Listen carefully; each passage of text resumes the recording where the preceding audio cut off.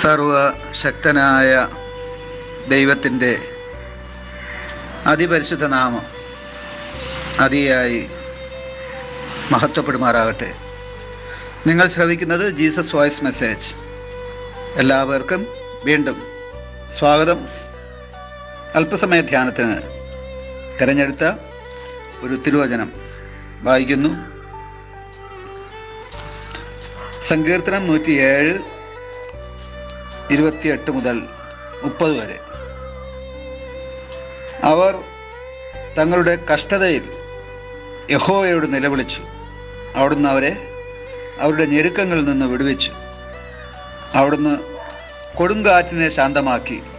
തിരമാലകൾ അടങ്ങി ശാന്തത വന്നതുകൊണ്ട് അവർ സന്തോഷിച്ചു. അവർ ആഗ്രഹിച്ച തുറമുഖത്ത് അവിടുന്ന് അവരെ എത്തിച്ചു. കർത്താവിൽ പ്രിയരെ, നാം വായിച്ചു കേട്ട 107 സങ്കീർത്തനം 28 മുതൽ 30 വരെയുള്ള തിരുവചനങ്ങൾ ദൈവം അത്ഭുതകരമായി തൻ്റെ ശിഷ്യരെ കൊടുങ്കാറ്റിൻ്റെ മധ്യത്തിൽ നിന്നും പെരുവെള്ളത്തിൽ നിന്നും അഥവാ മഹാസമുദ്രത്തിൽ നിന്നും വിടുവിച്ച അത്ഭുത പ്രവൃത്തിയെക്കുറിച്ചാണ് വിവരിക്കുന്നത്. ഇപ്രകാരം ഒരു സംഭവ ചരിത്രം വായിച്ചിട്ടുണ്ട്.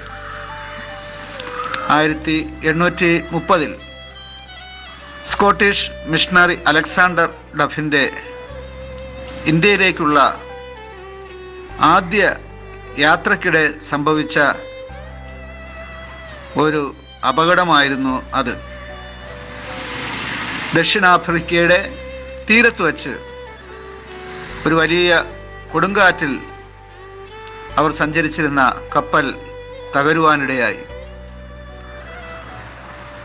അലക്സാണ്ടർ ഡഫും സഹയാത്രികരും വിജനമായ ഒരു ചെറിയ ദ്വീപിൽ ആ കൊടുങ്കാറ്റിനാൽ എത്തിപ്പെട്ടു.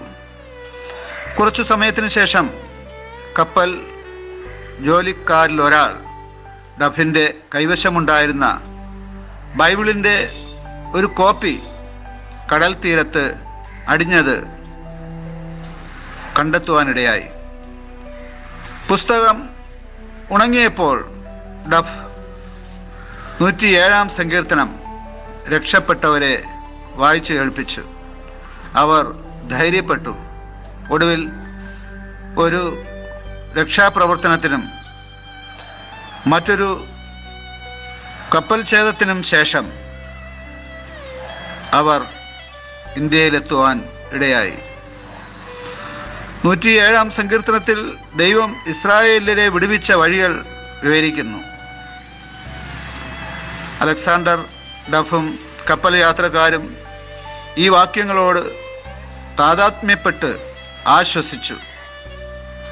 അവിടുന്ന് കൊടുങ്കാറ്റിനെ ശാന്തമാക്കി. തിരമാലകൾ അടങ്ങി. ശാന്തത വന്നതുകൊണ്ട് അവർ സന്തോഷിച്ചു.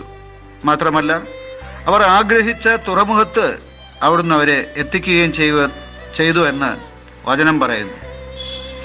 എന്നാൽ ഇസ്രായേലിനെ പോലെ അവരും യഹോവയെ അവിടുത്തെ നന്മയെ ചൊല്ലിയും മനുഷ്യപുത്രന്മാരിൽ ചെയ്ത അത്ഭുതങ്ങളെ ചൊല്ലിയും സ്തുതിക്കുവാൻ ഇടയായി.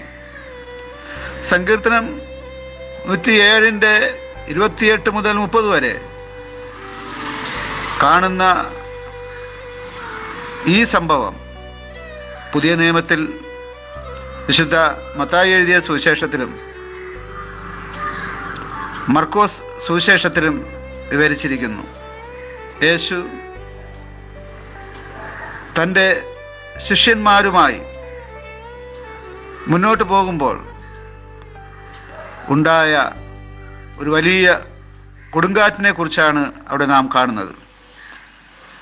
ആ യാത്രയിൽ അതിശക്തമായ കൊടുങ്കാറ്റ് ആരംഭിക്കുമ്പോൾ അവർ സഞ്ചരിച്ചിരുന്ന അഥവാ ശിഷ്യന്മാർ സഞ്ചരിച്ചിരുന്ന ആ പടകിൽ യേശുവും ഉണ്ടായിരുന്നു. ഈ അതിഭയങ്കരമായ കൊടുങ്കാറ്റിൻ്റെ മധ്യേ ശിഷ്യന്മാർ നിലവിളിക്കുമ്പോൾ ശരീരത്തിൽ വെളിപ്പെട്ട ദൈവം ആയ യേശു എഴുന്നേറ്റ് കാറ്റിനെയും കടലിനെയും ശാന്തമാക്കി. നമുക്കും ഈ ലോകത്തിൽ ജീവിതയാത്ര മധ്യേ ഇപ്രകാരമുള്ള കൊടുങ്കാറ്റുകൾ ഉയരാറുണ്ട്. അവിടെ ധൈര്യപ്പെടാൻ നമുക്ക് കഴിയും. കാരണം നാം ഒറ്റയ്ക്കല്ല യാത്ര ചെയ്യുന്നത്. നാം എവിടേക്ക് യാത്ര ചെയ്താലും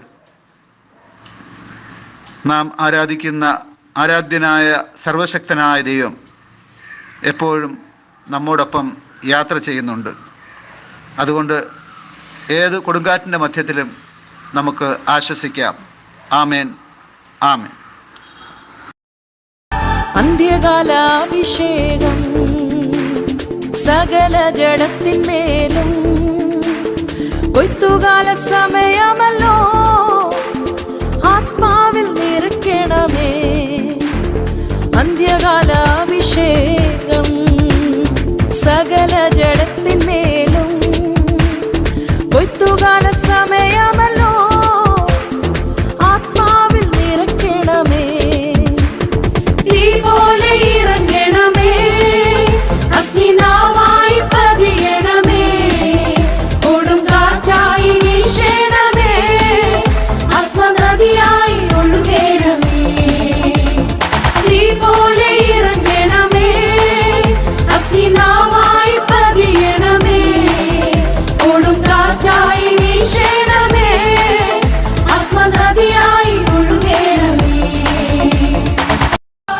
അസ്ഥിയുടെ താഴ്വരയിൽ ഒരു സൈന്യത്തെ ഞാൻ കാണുന്നു. അധികാരം പകരണമേ, ഇനി ആത്മാവിൽ പ്രവചിച്ചിടാം.